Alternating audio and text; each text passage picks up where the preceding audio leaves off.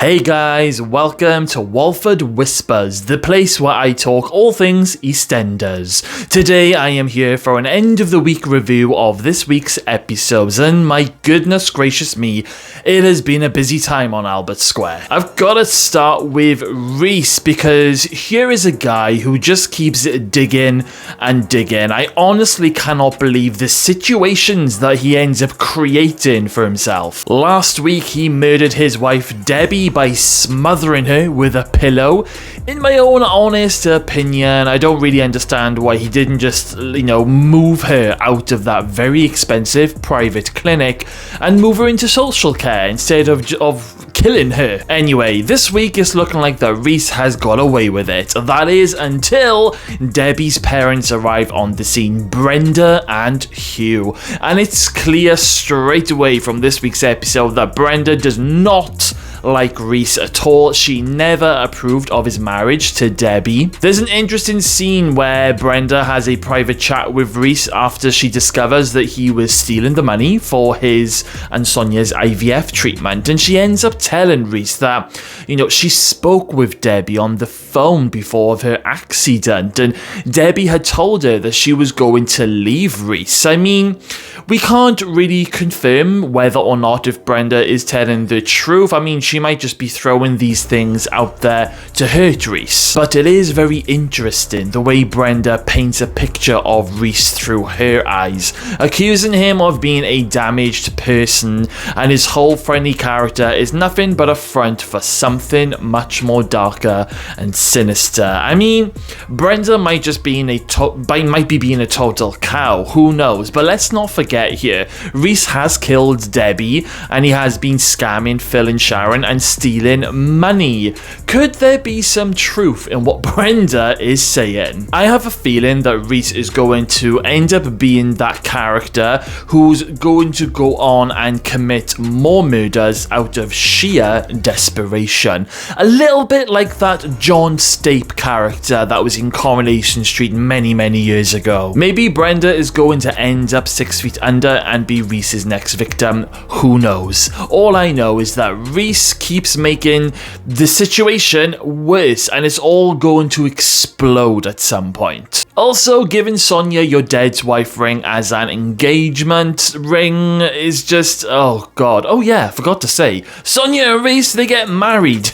It's all gonna end in tears. Despite Reese being an absolute plonker, Sonia's outburst in the Vic was definitely the biggest highlight for me this week, when all of the neighbours, they're all there in the Vic making comments about, Sonia and Reese stealing Debbie's money, and then Sonia has it out with everyone, and she ends up dragging up everyone else's mistakes that they've all made in the past, and it is bloody brilliant. Just a brilliant scene, and I love it when Kim was there and she goes, haha, go on, do me next. I can honestly see that scene just being legendary. I am not a fan of Reese at all, but I do love Sonia. Protect Sonia at all costs. The Panasars were at the heart of the drama this week when Vinny and Suki continued to manipulate Nish in order to get all of his assets and the businesses when he finally pops his clogs. Everything goes wrong though after Priya ends up locking Nish in the shop storeroom in order to try and get a confession out of him. More on that in just a moment. But when Priya does lock him in and turns the shop lights out and everything, Suki and Vinny, they end up popping into the shop to see why is it closed and why are all the electrics turned off, and this is when they end up discussing how their plan is going, not realizing that Nish is in the storeroom and he can hear everything that they are saying. Now, what will this mean for Vinny and Suki? Well,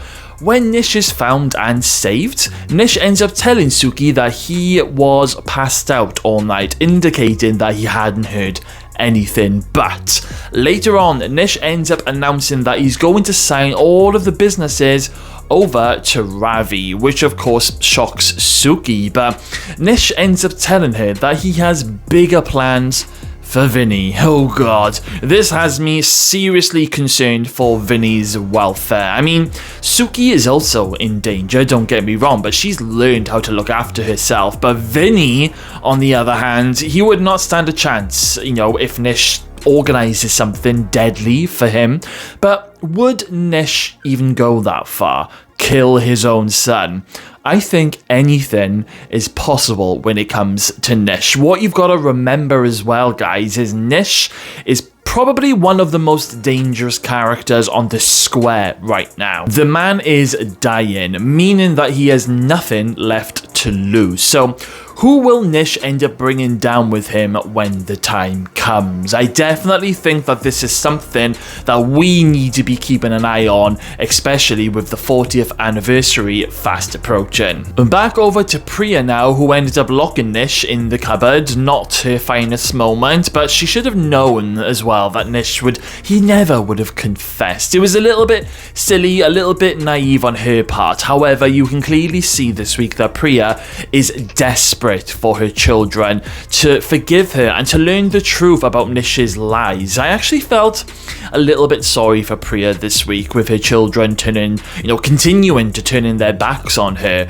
I mean, I do love Priya's fighting spirit within all of this, and I hope we do get to see more of this going forward, and I really want her to win against Nish. Nish also played another dirty game when he ended up persuading Avani to track down this mystery woman. Now, this mystery woman is going to be Suki's ex-secret lover from the past, and by all accounts, this person will arrive onto the square just as Suki and Eve get engaged, but more on that after next week's episodes. Something that really did shock me this week was Tommy trying to hurt his twin brothers. Like, what the hell? They really are turning Tommy into a vile character at the moment, and I know it's an important storyline to tell a son abusing his mother, because it does happen in the real world, unfortunately, but it's not very nice to see, especially when he's using two young children to get to Kat, his mother.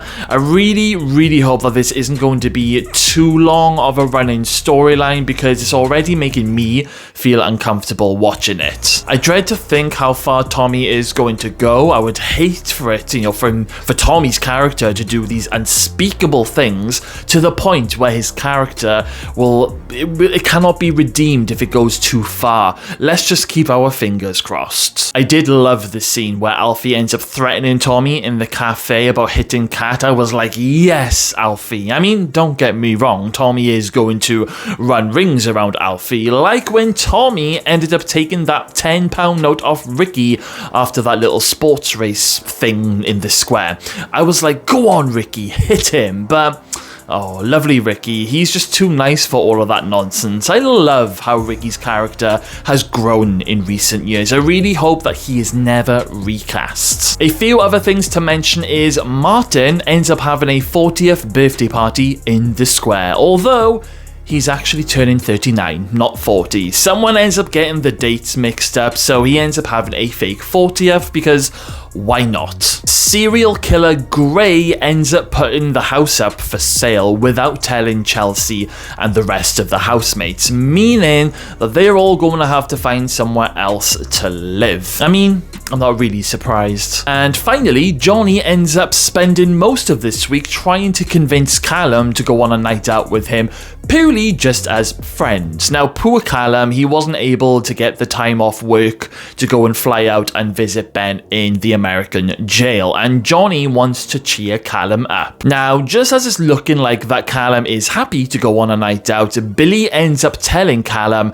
how it's all starting to look like that Callum is moving on from Ben, and Callum then ends up changing his mind and he ends up blowing Johnny out last minute. Now, I did feel kind of bad for both Callum and Johnny. They are, at the end of the day, friends, and they've known each other for years, way before Callum ever met Ben Mitchell, but then I can sort of understand how it would look to others, and we've all got to think about poor little Lexi now, don't we? So I do see it from both sides, but it is very unfair. But do you guys think that Callum and Johnny, do you think they're going to end up in bed together at some point? I actually wouldn't mind seeing Johnny hook up with Felix. Poor Felix hasn't had any love interest storylines yet, so yeah, let's get Johnny and Felix. Let's do it. Anyway, that is this week's EastEnders Roundups. My predictions for next week are that Reese is going to continue to keep digging himself deeper and deeper,